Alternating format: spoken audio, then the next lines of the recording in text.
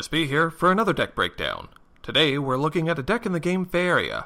Faëria is a strategy DTCG which recently had a weekend playtest. To sign up for future playtests and to get the basic rundown of the game, head over to faeria.net and take a look at the articles on utopianchaos.com in the description below for more information, since this video won't be touching on game basics. So let's get started. This is a yellow and red, or desert and mountain, aggro deck I call Russian Crush. Not Russian, rush and crush. Rush, like as in to move with haste. Well, wait, the old USSR flag is also yellow and red. Okay, fine, new deck name, Russian Crush. This deck specializes in getting to your opponent before they have time to set up, and then drops huge troops to keep them on the back foot until you close out the match. So, what is this deck good against? I had a surprisingly large number of wins with this deck during the playtest weekend. Most other decks were built with a reliance on cards that require Faëria, so stopping these decks at only one node crippled them quickly. Because the Russian Crush uses yellow cards like Meditation, which gives you the 2 Faëria you need without collecting it, most of the time I could build straight to the opponent, foregoing any Faëria nodes, and drop a mountain on their doorstep, allowing ogres and giants to start smashing through everything in their path.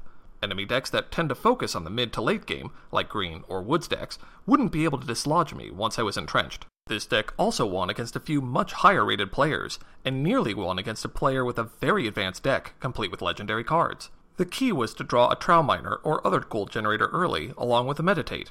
At that point, it was relatively easy to bypass multiple turns of land creation and preparation, giving me more actions to draw cards and generate gold. So what was this deck weak against? Well, not pulling a Meditate or gold generator in my opening hand normally made for a more difficult game, as I'd have to take indirect routes to get to my opponent, giving them time to prepare. To make matters worse, since the deck wasn't optimized due to the short window to play in this test, sometimes my opening hand would not only be missing the 2 key cards, but also a troop at all that I could drop to collect Faëria, as flying troops and ogres can't collect it, and any troop that costs 1 or more just couldn't be played until I drew a Meditate. As such, this deck in its final iteration was very mulligan dependent. In addition, as I use deserts in my mid to back lines to ensure my mountains are either next to my orb for an early Trow Miner, or next to my opponent's orb to smash face, this deck is vulnerable to cards like the Djidan Apprentice and Desert Twister, which my opponent could use to teleport past my ogres to attack my supply chain, or to manipulate my frontline troops and fling them miles away from any relevant targets. In the end though, these cases were rare. Now what's in the deck? The deck was comprised of mostly cards from both the yellow and red starter sets, plus exceptional rarity cards.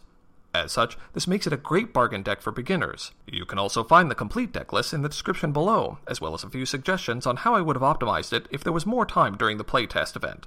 Not only did Faëria have unique strategic elements with a hex-based board, but it was also tons of fun to play, with an excellent deck-building framework. Faëria is definitely one to watch. Thanks for watching. If you liked the video, please take the time to subscribe, and be sure to let me know if you would like more Faëria content on my channel. Once again, this is MSB, wishing you good games and good times.